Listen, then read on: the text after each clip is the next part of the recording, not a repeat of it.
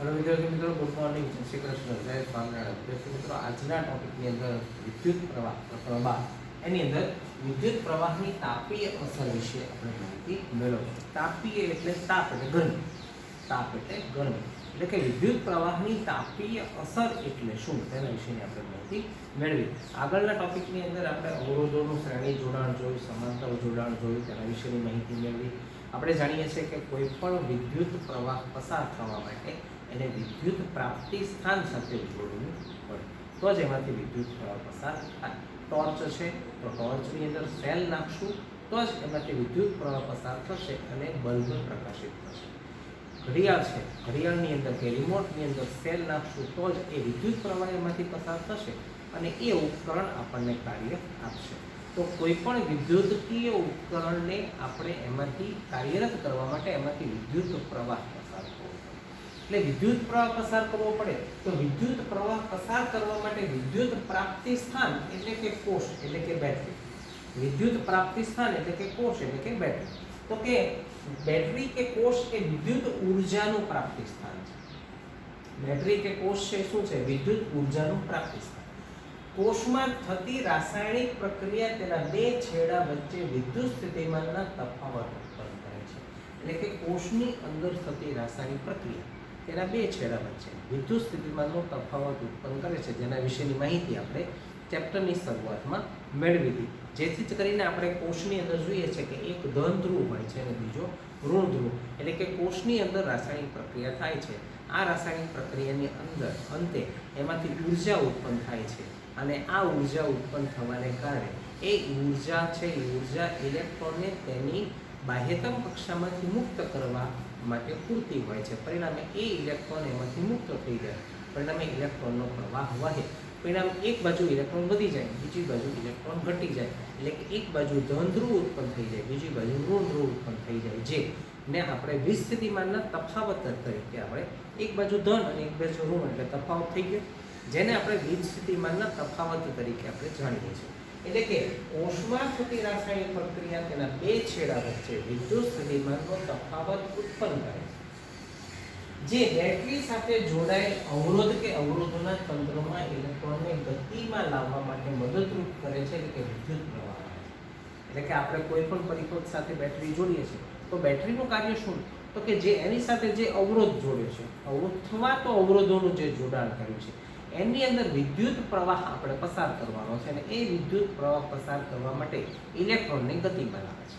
આપણે જાણીએ છીએ કે વિદ્યુત પ્રવાહ ક્યારે શક્ય બનશે? જ્યારે ઇલેક્ટ્રોન ગતિમાં આવશે તો વિદ્યુત પ્રવાહ શક્ય બનશે, પણ આ ઇલેક્ટ્રોનને ગતિમાં લાવવા માટે એને બહારથી ઉર્જા આપવી પડશે। આ બહારથી ઉર્જા કોણ આપશે? વિદ્યુત કોષ એટલે કે બેટરી। એટલે કે આ બેટરી છે, બેટરીનું મુખ્ય કાર્ય છે જે અવરોધ છે કે અવરોધોનું જોડાણ છે એની અંદર વિદ્યુત પ્રવાહને પસાર કરવા માટે, વિદ્યુત પ્રવાહને ગતિમાં લાવવા માટે એમાં ઇલેક્ટ્રોનને ગતિમાં લાવવી પડે। ઇલેક્ટ્રોનની ગતિ આવે તો વિદ્યુત પ્રવાહનું નિર્માણ થાય। હવે આ વિદ્યુત પ્રવાહ છે સતત આપણે ચાલુ રાખવો હોય તો બેટરીએ સતત ને સતત કંઈક ને કંઈક કાર્ય કરવું પડે। આપણે વિદ્યુત પંખો છે, વિદ્યુત પંખોને ચાલુ રાખવો છે તો સતત સ્વિચ ચાલુ રાખવી પડશે, બરાબર। ટોર્ચની અંદર તમે સેલ નાખ્યો છે તો ટોર્ચની અંદર નાખેલો સેલ છે એ ત્યાં સુધી બેટરી એનો બલ્બ પ્રકાશિત રહેશે જ્યાં સુધી કોષની અંદર રાસાયણિક પ્રક્રિયા ચાલુ છે, પણ જેવી કોષની અંદર રાસાયણિક પ્રક્રિયા પૂર્ણ થઈ ગઈ એટલે બલ્બ પ્રકાશિત બંધ થઈ ગયો। એટલે જ્યાં સુધી કોષની અંદર સતત કાર્ય થાય છે, જ્યાં સુધી કોષની અંદર એટલે કે સેલની અંદર સતત રાસાયણિક પ્રક્રિયા થાય છે ત્યાં સુધી બલ્બ પ્રકાશિત રહેશે, નહીંતર બલ્બ પ્રકાશિત રહેશે નહીં। એટલે કે આપણા ઘરની અંદર જે કંઈ પણ ઉપકરણો છે આ બધા જ ઉપકરણોને સતત ચાલુ રાખવા હોય તો એના માટે કોષે સતત ને સતત કાર્ય કરવું પડે અને સતત ને સતત એમાંથી વીજ રાસાયણિક તફાવત ઉત્પન્ન થાય, વિદ્યુત સ્થિતિમાનનો તફાવત ઉત્પન્ન થાય, તો એ વિદ્યુત સ્થિતિમાનના તફાવતને કારણે ઉત્પન્ન થતી ઉર્જા એ વાયરમાં રહેલા ઇલેક્ટ્રોનને મળે, ઇલેક્ટ્રોન ગતિમાં આવે, પરિણામે વિદ્યુત પ્રવાહની રચના સતત થયા કરે। એટલે વિદ્યુત પ્રવાહને સતત ચાલુ રાખવા માટે બેટરીએ સતત કાર્ય કરવું પડે અને ઉર્જા સતત ને સતત ખર્ચતા રહેવું પડે। એટલે કે સેલમાંથી જો ઉર્જા સતત ખર્ચાઈ જશે તો સેલ શું થઈ જશે? છેવટે ખાલી થઈ જાય। વિદ્યુત રાસાયણિક પ્રક્રિયામાંથી ઉત્પન્ન થતી ઉર્જા બંધ થઈ જાય, એટલે કે એની અંદરના રસાયણો છે એ ખલાસ થઈ જાય, એટલે કે એની પ્રક્રિયા છે પૂર્ણ થઈ જાય, એ રસાયણો ખાલી થઈ જાય, એટલે કે કાર્ય કરવાની સક્ષમ ન હોય તો રાસાયણિક પ્રક્રિયા થાય નહીં. પ્રક્રિયા ન થાય તો ઉર્જા ઉત્પન્ન થાય નહીં. એટલે કે આ બધી પ્રક્રિયા ચાલુ રાખવા માટે બેટરીએ સતત ને સતત એમાંથી ઉર્જા ખર્ચતા રહેવી પડે, સતત ને સતત એને કાર્ય કરતું રહેવું પડે, તો જ વિદ્યુત પ્રવાહ ચાલુ રહી શકે. એટલે કે સતત ને સતત ઉર્જા ખર્ચવી પડે. એટલે કે વિદ્યુત પ્રવાહ જાળવી રાખવા માટે ખર્ચ થતી ઉર્જામાંથી કેટલો ભાગ આપણે ઉપયોગી ઉર્જામાંથી મેળવીએ છીએ, ઉપયોગી ઉર્જાના સ્વરૂપે મેળવીએ છીએ. બેટરી છે તો બેટરીમાંથી ઉત્પન્ન થતી ઉર્જા છે, ઉર્જાને કારણે ઇલેક્ટ્રોન વહન થાય, ઇલેક્ટ્રોનનું વહન થાય પણ અમે વિદ્યુત પ્રવાહ પસાર થાય, અને વિદ્યુત પ્રવાહ પસાર થાય તો બલ્બ પ્રકાશિત થાય. એટલે કે આપણે જે ઉર્જા છે એ ઉર્જા સતત વાપરી, પણ એ ઉર્જાનો ઉપયોગ આપણે ઉપયોગી કાર્ય કરવા માટે કરીએ છીએ. ટોર્ચની અંદર સેલ નાખ્યો છે તો સેલનો ઉપયોગ આપણે બલ્બને પ્રકાશિત કરવા માટે કરીએ છીએ. તો કે એ ઉર્જા છે, ઉર્જાનો ઉપયોગ આપણે ક્યાં કરીએ તો કે બલ્બને પ્રકાશિત કરવા માટે. ઘરમાં આપણી વિદ્યુત ઉર્જા આવે છે, વિદ્યુત ઉર્જાનો ઉપયોગ આપણે પંખો ચલાવવા માટે કરીએ છીએ, જેથી કરીને આપણને હવા મેળવી શકીએ. ટ્યુબલાઇટનો ઉપયોગ આપણે પ્રકાશ મેળવવા માટે કરીએ છીએ, જેથી કરીને આપણે પ્રકાશ મેળવી શકીએ. તો એમાંથી ઉત્પન્ન થતી જે ઉર્જા છે એ ઉર્જાનો ઉપયોગ આપણે ઉપયોગી ઉર્જાના સ્વરૂપમાં મેળવીશું. શું કરીએ છીએ? ઉપયોગી ઉર્જાના સ્વરૂપમાં. પંખો ચાલુ કરીએ છીએ તો એમાંથી વપરાતી જે ઉર્જા છે એ ઉર્જાનો ઉપયોગ આપણે હવાના સ્વરૂપમાં કરીએ છીએ, તો એ પણ એક ઉર્જા થઈ. સ્વિચ ચાલુ કરીને આપણે ટ્યુબલાઇટ ચાલુ કરીએ છીએ, બલ્બ ચાલુ કરીએ છીએ, તો એમાંથી આવતી પ્રકાશ ઉર્જાનો, એટલે કે જે વિદ્યુત ઉર્જા છે એ વિદ્યુત ઉર્જાનો ઉપયોગ આપણને ઉપયોગી ઉર્જા, એટલે કે પવન ઉર્જા, પ્રકાશ ઉર્જા વગેરે મેળવવા માટે પણ કરીએ છીએ. એટલે કે આ બધી જ ઉર્જા છે એનો ઉપયોગી ઉર્જામાં આપણે એનો ઉપયોગ કરીએ છીએ. પરંતુ જો સતત ને સતત પંખો અને ટ્યુબલાઇટ ચાલુ રાખવામાં આવે તો શું થાય? તો કે સતત ને સતત જો પંખો અને ટ્યુબલાઇટ ચાલુ રાખવામાં આવે તો એક સમય એવો આવે કે એમાંથી આપણને હવા તો મળે પણ પંખો ગરમ થઈ જાય, ટ્યુબલાઇટમાંથી પ્રકાશ તો મળે પણ ટ્યુબલાઇટ ગરમ થઈ જાય. આવું થવાનું કારણ શું? તો કે સતત ને સતત એને જે ઉર્જા મળે છે એ ઉર્જામાંથી અમુક ઉર્જા છે એ આપણા ઉપયોગી કાર્ય માટે વાપરે છે, જ્યારે બાકીની ઉર્જા છે એ અવરોધોનું તાપમાન વધારવા માટે વપરાઈ જાય છે. એ શું થાય છે? અવરોધોનું તાપમાન વધારવા માટે વપરાઈ જાય છે. એટલે કે આવું જ્યારે થાય ત્યારે વધારાની ઉર્જા છે એનું તાપમાન વધારી દે છે. વધારાની ઉર્જા શું કરે? એનું તાપમાન વધારી. પણ એની ઉપયોગી ઉર્જાનું પ્રમાણ કેવું થઈ જાય? ઓછું થઈ જાય. પરિણામે પંખો ગરમ થઈ જાય, ટ્યુબલાઇટ ગરમ થઈ જાય, લેમ્પ છે એ ગરમ થઈ જાય. સતત ચાલુ રહેલો લેમ્પ છે એને આપણે ઉતારવો હોય તો કંઈક આપણે કપડું લેવું પડે, જેથી કરીને લેમ્પ આપણને ગરમ ન લાગે. એટલે કે જે ઉપયોગી ઉર્જા છે, ઉપયોગી ઉર્જાનો ભાગ થોડો છે, પણ એની અંદર પસાર થતી જે ઉર્જા છે એ વધારાની ઉર્જા છે, સતત ઉષ્મા ઉર્જાના સ્વરૂપમાં આપણને પ્રાપ્ત થાય છે. એટલે કે ઉર્જા પ્રાપ્તિ સ્થાનની બાકીની ઉર્જાનું ઉપરનું તાપમાન વધારવામાં વપરાય છે. એટલે કે ઉર્જા જે આપણે એને આપીએ છીએ એ ઉર્જામાંથી ઉપયોગી ઉર્જાનું પ્રમાણ તો ઓછું જ છે, પણ વધારાની જે ઉર્જા છે એ ઉર્જાનું તાપમાન, એટલે કે ઉપકરણનું તાપમાન ગરમ કરવામાં એને સતત વધારવામાં વપરાય છે. પરંતુ જો વિદ્યુત પરિપથની અંદર આવો પંખો કે ટ્યુબલાઇટ કે એવું કંઈ ચાલવા રાખવાની જગ્યાએ સીધું એક અવરોધ જ જોડી દેવામાં આવે. શું કરવામાં આવે? અવરોધ, જેમાંથી ન આપણને પ્રકાશ મળે, ન પંખો કરે કે કાંઈ ન થાય, સીધું જ એવું અવરોધનું જોડાણ કરી દેવામાં આવે કે જેની અંદરથી પસાર થતી વિદ્યુત પ્રવાહનું સતત એમાંથી ઉષ્મા ઉર્જામાં જ રૂપાંતર થયા કરે. સતત શું થાય? અવરોધ જોડવામાં આવે, અથવા તો અવરોધનું એવું જોડાણ જોડવામાં આવે કે જેથી કરીને એની અંદરથી પસાર થતો વિદ્યુત પ્રવાહ છે એ વિદ્યુત પ્રવાહનું પૂરેપૂરું ઉષ્મામાં રૂપાંતર થઈ જાય. પંખો ચાલુ કરીએ તો પંખો ફરશે, હવા મળશે, પણ એમાંથી અમુક ઉર્જા જે પંખો ફેરવવામાં કે એમાંથી હવા મેળવવામાં વપરાઈ જશે, જ્યારે બાકીની બધી ઉર્જા શેમાં વપરાઈ જશે? પંખાને ગરમ કરવા. ટ્યુબલાઇટમાંથી પ્રકાશ આપણને મળશે, જેટલી ઉર્જા આપણે વિદ્યુત ઉર્જા એને આપીએ છીએ એમાંથી થોડીક જ ઉર્જાનું પ્રકાશ સ્વરૂપમાં રૂપાંતર થશે. બાકીની ઉર્જાનું રૂપાંતર તો કે ટ્યુબલાઇટને ગરમ કરવામાં વપરાય. પરંતુ આપણે એની જગ્યાએ એવો અવરોધ જોડીએ કે જે અવરોધમાંથી પસાર થતો વિદ્યુત પ્રવાહ સંપૂર્ણપણે એ વિદ્યુત પ્રવાહનું ઉષ્મા ઉર્જાના સ્વરૂપમાં જ રૂપાંતર પામી દે. એટલે કે એનું સતત ને સતત ઉષ્મા ઉર્જાના સ્વરૂપમાં જ રૂપાંતર કરી નાખે એવું કંઈક જોડાણ કરવામાં આવે બેટરી સાથે, જેથી કરીને પ્રાપ્ત થતી ઉર્જા છે, પ્રાપ્ત થતી વિદ્યુત ઉષ્મા છે એ વિદ્યુત ઉર્જાનું સતત ને સતત ઉષ્મા ઉર્જાના સ્વરૂપમાં જ રૂપાંતર પામી જાય. તો એવું જે કાર્ય છે અથવા તો એવું જે સ્વરૂપ છે એવા સ્વરૂપને વિદ્યુત પ્રવાહની તાપીય અસર, તાપીય એટલે ગરમ, તાપ એટલે ગરમ, એટલે કે સતત ને સતત જે વિદ્યુત પ્રવાહ આપણે આપીએ છીએ એ વિદ્યુત પ્રવાહનું સતત ને સતત વિદ્યુત પ્રવાહનું ઉષ્મા ઉર્જામાં રૂપાંતર થઈ જાય. આ ઉષ્મા ઉર્જામાં રૂપાંતર થવાની જે ઘટના છે એ ઘટનાને કહેવાય વિદ્યુત પ્રવાહની તાપીય અસર.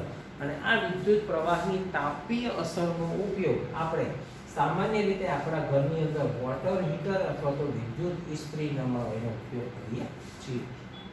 ખ્યાલ આવ્યો ને? હવે વિદ્યુત પ્રવાહની તાપીય અસર, પાણી ગરમ કરવા માટેનું વિદ્યુત હીટર પાણીની ડોલમાં નાખીએ એટલે પાણી ગરમ થાય, તો એમાંથી પસાર થતા વિદ્યુત પ્રવાહમાં કંઈ પ્રકાશ મળે? હવા મળે નથી. તો એમાંથી પસાર થતા વિદ્યુત પ્રવાહનું સતત રૂપાંતર શેમાં થાય? વિદ્યુત ઉર્જા એટલે કે ઉષ્મા ઉર્જામાં. પરિણામે પાણી ગરમ થાય. એ જ રીતે ઇસ્ત્રીનું કાર્ય, તો કે ઇસ્ત્રીમાંથી પસાર થતી, તો કે ઇસ્ત્રીની અંદર તમે જુઓ તો નકરો અવરોધ જ છે. એ અવરોધ શું કરે? વિદ્યુત પ્રવાહને પસાર થવામાં અવરોધ નડે ને પરિણામે ગરમ થાય. આપણા કાર્ય માટે ક્યારેક અવરોધ આવે તો આપણે નથી ગરમ થઈ જતા? થઈ જઈએ છે. તો વિદ્યુત પ્રવાહના માર્ગમાં અવરોધ આવ્યો તો એ ગરમ થઈ ગયો એટલે ઉષ્મા ઉર્જામાં રૂપાંતર થયું, જેને કહેવાય છે વિદ્યુત પ્રવાહની તાપીય અસર. અને જેનો ઉપયોગ આપણે વોટર હીટર કે વિદ્યુત ઇસ્ત્રીમાં આપણે કરીએ છીએ. બરોબર? તો આનું ગાણિતીય સ્વરૂપ શું થાય? તો કે આપણે જાણીએ છીએ કે કોઈ પણ અવરોધ R છે તો એ અવરોધ R માંથી પસાર થતા વિદ્યુત પ્રવાહનું મૂલ્ય, આ અવરોધ R છે, આમાંથી પસાર થતો વિદ્યુત પ્રવાહ I છે. અવરોધ R છે, આમાંથી પસાર થતો વિદ્યુત પ્રવાહ I છે. તેને બેટરીના જે બે છેડા વચ્ચે જોડવામાં આવે છે એમાંથી પસાર થતો વિદ્યુત એટલે કે અવરોધ R ના બે છેડા વચ્ચેનો વિદ્યુત સ્થિતિમાનનો તફાવત V છે. ધારો કે અવરોધ R ના બે છેડા વચ્ચેનો વિદ્યુત સ્થિતિમાનનો તફાવત V છે અને એનામાંથી પસાર થતો વિદ્યુત પ્રવાહ કેટલો છે? I છે. એટલે કે અવરોધ R માંથી t સમયમાં, અવરોધ R માંથી t સમયમાં q જેટલો વિદ્યુત ભાર પસાર થયો. અવરોધ R માંથી t સમયમાં q જેટલો વિદ્યુત ભાર પસાર થયો. I એટલે શું? q ના છેદમાં t. I એટલે શું? q ના છેદમાં t ને? એ ભૂલી ગયા? પાઠની શરૂઆતમાં વિદ્યુત પ્રવાહ વાહકના આડછેદમાંથી એકમ સમયમાં પસાર થતા વિદ્યુત ભારના જથ્થાને વિદ્યુત પ્રવાહ કીધો ને. તો અહીંયા અવરોધ R માંથી જો I જેટલો વિદ્યુત પ્રવાહ પસાર થાય અને અવરોધ R ના બે છેડા વચ્ચેનો વિદ્યુત સ્થિતિમાનનો તફાવત V હોય તો એવું કહી શકાય કે વિદ્યુત સ્થિતિમાનના V તફાવત હેઠળ q જેટલો વિદ્યુત ભારને ગતિમાં લાવવા માટે થતું કાર્ય છે VQ જેટલું થયું. એટલે કે t સમયમાં q ભાર વિદ્યુત ભાર પસાર થયો, t સમયમાં q જેટલો વિદ્યુત ભાર અવરોધ R માંથી પસાર થયો. તો અવરોધ R માંથી પસાર થતા વિદ્યુત પ્રવાહમાં એટલે કે વિદ્યુત ભાર જે છે, વિદ્યુત ભારને t સમયમાં એમાંથી પસાર થવા માટે કંઈક કાર્ય કરવું પડે. શું કરવું પડે? કંઈક કાર્ય. કાર્ય એટલે બળ ગુણ્યા સ્થાનાંતર. કાર્ય એટલે બળ ગુણ્યા સ્થાનાંતર. પણ અહીંયા બળ કોણ કરશે? બેટરી કાર્ય કરશે. બેટરી કાર્ય કરશે. કયા જેટલું કાર્ય કરશે? તો કે ધ્રુવથી આ બે છેડા વચ્ચેનું અંતર, આ બે છેડા વચ્ચેનું અંતર એટલે વિદ્યુત સ્થિતિમાનનો તફાવત. અને એ વિદ્યુત સ્થિતિમાનનો તફાવત એટલે એમાંથી કોને પસાર થવાનું? કાર્ય. તેમાંથી કોને પસાર થવાનું? q નહીં. કાર્ય બરાબર કાપેલું અંતર. કાર્ય બરાબર બળ ગુણ્યા અંતર. થયું ને? બળ ગુણ્યા અંતર એટલે શું થયું? કાર્ય. બસને ધક્કો મારવો છે તો કેટલું બળ લગાડશો? કેટલા અંતર સુધી બળ લગાડશો? તો કે અહીંયા અંતર એટલે શું? તો કે અવરોધના a બિંદુથી b બિંદુ સુધી કરવું પડતું કાર્ય કોણે કર્યું? v જેટલું. કોને ખસેડવાના છે? q વીજભારને ખસેડવાનો છે. કોને ખસેડવાનો છે? q વીજભાર. એ q વીજભારને ખસેડવા માટે એની પર બળ કોણ લગાડશે? બેટરી. q વીજભારને a બિંદુથી b બિંદુ સુધી ખસેડવા માટે એની પર કાર્ય કોણ કરશે? બેટરી. એટલે કે કોણ? વિદ્યુત સ્થિતિમાનનો તફાવત v એની પર કાર્ય કરશે. એટલે q વીજભાર છે a બિંદુથી b બિંદુ સુધી જશે. q વીજભાર a બિંદુથી b બિંદુ સુધી જશે. માટે વીજ સ્થિતિમાનના તફાવત હેઠળ ક્યુ વીજભારને ગતિમાં લાવવા માટે થતું કાર્ય કેટલું થયું? VQ જેટલું. થતું કાર્ય કેટલું થયું? VQ જેટલું. તેથી પ્રાપ્તિ સ્થાનને t સમયમાં VQ જેટલી ઊર્જા પૂરી પાડવી પડે. એટલે કે આ પ્રાપ્તિ સ્થાનને t સમયની અંદર VQ જેટલી ઊર્જા પ્રાપ્ત કરવી પડે તો જ એમાંથી એક ક્યુ વીજભાર એમાંથી પસાર થાય. મૂળ તો આપણે કરવાનું શું છે કે આ અવરોધને ગરમ કરવાનો છે. શું કરવાનું છે? ગરમ કરવાનો. ગરમ કરવાનો છે તો એની પર બળ લગાડવું પડશે. અને બળ એટલા માટે લગાડવું પડશે કારણ કે એમાંથી કુલંબ વીજભાર જે છે એ વીજભારને પસાર થવા માટે અવરોધ નડે છે. અને અવરોધ નડે છે માટે એને શું કરવું પડશે? ધક્કો મારવો પડશે. એ ધક્કો મારીએ શેના સ્વરૂપમાં? ઉર્જાના સ્વરૂપમાં. પરિણામે એ ગરમ થાય. ગરમ થાય એટલે એમાંથી આપણને ઉષ્મા ઉર્જા પ્રાપ્ત થાય. બરાબર? એટલે કે વી સ્થિતિમાનના તફાવત હેઠળ ક્યુ વીજભારને ગતિમાં લાવવા માટે VQ જેટલું કાર્ય કરવું પડે. તેથી પ્રાપ્તિ સ્થાનને t સમયમાં VQ જેટલી ઊર્જા પૂરી પાડવી પડે. એટલે કે આ પ્રાપ્તિ સ્થાનને t સમયમાં VQ જેટલી ઊર્જા પૂરી પાડવી પડે. એટલે તેથી પ્રાપ્તિ સ્થાનને પરિપથ દ્વારા મળતો પાવર કેટલો? તો કે આ પ્રાપ્તિ સ્થાનને પરિપથ દ્વારા મળતો કુલ પાવર કેટલો? પાવર એટલે કાર્ય અને ઉર્જાના ચેપ્ટરની અંદર 9મા ધોરણની અંદર આપણે ભણી ગયા છીએ. બરોબર? પાવર એટલે કાર્ય કરવા માટે લાગતો સમય. બરાબર? પાવરની વ્યાખ્યા શું આપી હતી? તો અહીંયા પાવર એટલે શું? તો કે અહીંયા કાર્ય કરવું છે. એ કાર્ય કેટલા સમય માટે કરવું છે? તો એ કાર્ય કરવા માટે એટલે કે VQ જેટલી ઊર્જા t સમયમાં પૂરી પાડવી છે. VQ જેટલી ઊર્જા કેટલા સમયમાં પૂરી પાડવી છે? t જેટલા સમયમાં. માટે એને પરિપથ દ્વારા મળતો પાવર કેટલો? તો કે P બરાબર V ગુણ્યા Q ના છેદમાં t. P બરાબર V ગુણ્યા T ના છેદમાં t. એકમ સમયમાં વાહકતાના આડછેદમાંથી એકમ સમયમાં પસાર થતો વિદ્યુત પ્રવાહ. બરાબર? તો અહીંયા આ અવરોધના બે છેડા વચ્ચે t સમયમાં એટલે કે t જેટલા એકમ સમયમાં VQ જેટલું એને કાર્ય કરવું પડે છે. તો કે t સમયમાં VQ જેટલું કાર્ય કરવું પડે છે. તો t સમયમાં VQ જેટલી ઊર્જા પૂરી પાડે છે. તેથી પ્રાપ્તિ સ્થાનને પરિપથમાંથી દ્વારા મળતો પાવર P બરાબર V ના છેદમાં Q ઇન્ટુ P બરાબર V ઇન્ટુ Q ના છેદમાં T થયું.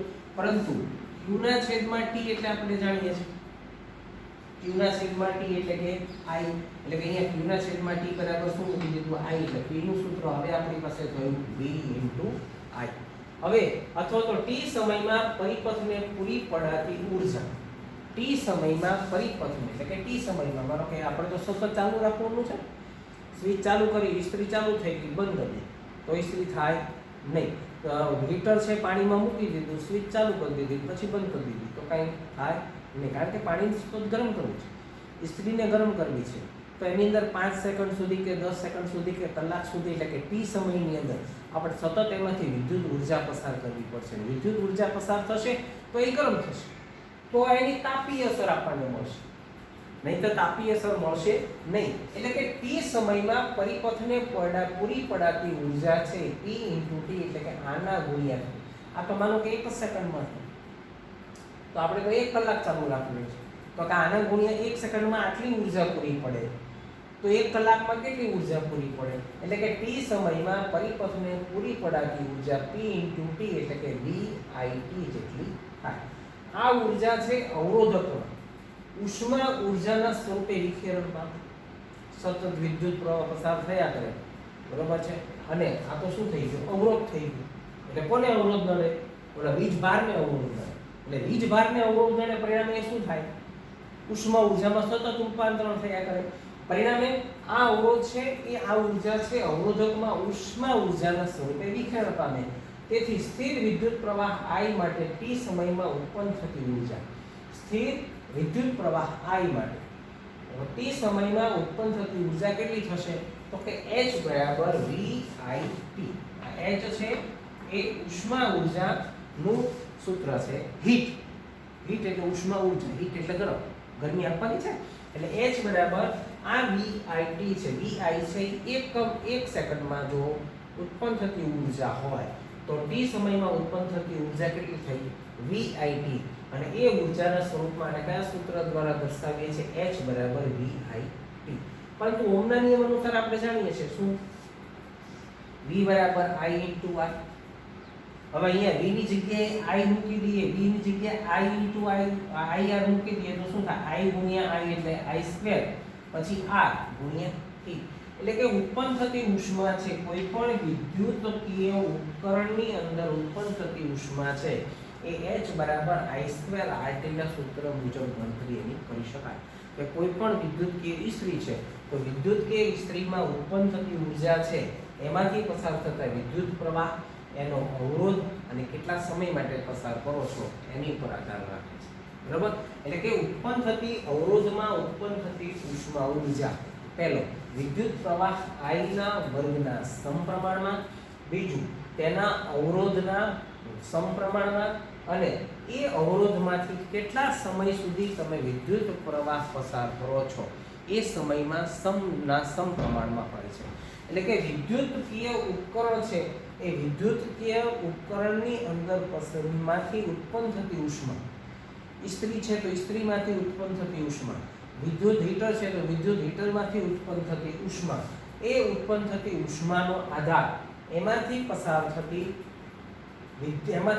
થતા વિદ્યુત પ્રવાહના વર્ગના સમપ્રમાણમાં, એ વિદ્યુતકીય તાપમાન, એ વિદ્યુતકીય ઉપકરણ છે એની અંદર જે અવરોધ છે એ અવરોધના સમપ્રમાણમાં, અને એ વિદ્યુતકીય ઉપકરણમાંથી તમે કેટલા સમય સુધી વિદ્યુત પ્રવાહ પસાર કરો છો એ સમયના સમપ્રમાણમાં એમાંથી ઉત્પન્ન થતી ઉષ્માનો આધાર રહેલો છે. આને કહેવાય વિદ્યુત પ્રવાહની તાપીય અસર. અને વિદ્યુત પ્રવાહની તાપીય અસર માટેનું સૂત્ર છે H બરાબર I સ્ક્વેર RT. હવે એક સાથે સાથે ઉદાહરણ આપેલું છે કે એક વિદ્યુત ઇસ્ત્રી મહત્તમ દરથી ગરમ કરવામાં આવે, એટલે ખૂબ જ એને વિદ્યુત પ્રવાહ પસાર કરવામાં આવે ત્યારે એ 840 વોટના દરથી ઊર્જા પૂરી કરે છે. જ્યારે લઘુત્તમ દરથી ગરમ થાય ત્યારે 360 વોટના દરથી ઊર્જા ઉત્પન્ન કરે છે. એના બે વિદ્યુત સ્થિતિમાનનો તફાવત એટલે કે એને મળતો પ્રાપ્ત થતો ઊર્જા, વિદ્યુત પ્રાપ્ત થતી ઊર્જા, વિદ્યુત ઊર્જા V બરાબર 220 વોલ્ટ છે. V બરાબર 220 વોલ્ટ છે. તો દરેક કિસ્સામાં એમાંથી વિદ્યુત પ્રવાહ કેટલો પસાર થાય છે અને એનો અવરોધ કેટલો છે એ ગણવાનો છે. તો કે ઇનપુટ પાવર આપણે P બરાબર V into I થઈ ગયું. ઇનપુટ પાવર P બરાબર શું થઈ ગયું? V into I. હવે I બરાબર આપણે જાણીએ છીએ P ના છેદમાં V, એટલે કે આની પરથી શું થશે? I બરાબર P ના છેદમાં V. આપણે શોધવાનું શું છે? વિદ્યુત અવરોધ શોધવાનો છે ને વિદ્યુત પ્રવાહ શોધવાનો. તો P ઉપરથી I ને સૂત્રનો કરતા બનાવીએ તો I બરાબર P ના છેદમાં V. P ની કિંમત આપણે જાણીએ છીએ, જ્યારે મહત્તમ હોય ત્યારે 840 હોય, ન્યૂનતમ હોય ત્યારે 360 હોય, અને V બરાબર આપણે જાણીએ છીએ 220 હોય. તો મહત્તમ દરથી જ્યારે વિદ્યુત પ્રવાહ પસાર થતો હોય ત્યારે વિદ્યુત પ્રવાહ I બરાબર P ના છેદમાં V, એટલે કે 840 ના છેદમાં 220 બરાબર 3.82 એમ્પિયર જેટલો વિદ્યુત પ્રવાહ એમાંથી પસાર થાય. અને અવરોધ R નું મૂલ્ય કેટલું? તો કે અવરોધ R બરાબર V ના છેદમાં I, V બરાબર 220 છેદમાં 3.82, આનો ભાગાકાર કરીએ એટલે 57.60 ઓહ્મ જેનો અવરોધ થાય. ઇસ્ત્રી એક જ છે પણ મહત્તમ દરથી વિદ્યુત પ્રવાહ ખેંચે ત્યારે એના અવરોધનું મૂલ્ય 57.60 થાય. પણ મહત્તમ દરથી એટલે કે 360 વોટનો પાવર ઉપયોગ કરે ત્યારે 360 ના છેદમાં 220 એટલે કે 1.64, અને એ સમયે અવરોધનું મૂલ્ય છે 1.34. હવે જો અહીંયા તમે અવરોધનું મૂલ્ય વધી ગયું, વિદ્યુત પ્રાપ્તિ સ્થાનમાંથી પ્રાપ્ત થતો વોલ્ટેજ 360, તો અવરોધનું મૂલ્ય વધી ગયું, એ પ્રમાણે પ્રવાહનું મૂલ્ય ઘટી ગયું. અવરોધ વધારે, પ્રવાહ ઓછો, અવરોધ ઓછો, પ્રવાહ વધારે. ખ્યાલ આવી ગયા? અવરોધ ઓછો, પંપ ઝાઝા હોય તો ગતિ ધીમી થઈ જાય, પંપ ઓછા હોય તો સ્પીડમાં જાય. બરાબર? એટલે આ થઈ વિદ્યુત પ્રવાહની તાપીય અસર. ઓકે વિદ્યાર્થી મિત્રો, તો આ ટોપિક તમને સમજાણો હશે એવી આશા રાખું છું. Have a good day, have a nice day. Thank you very much.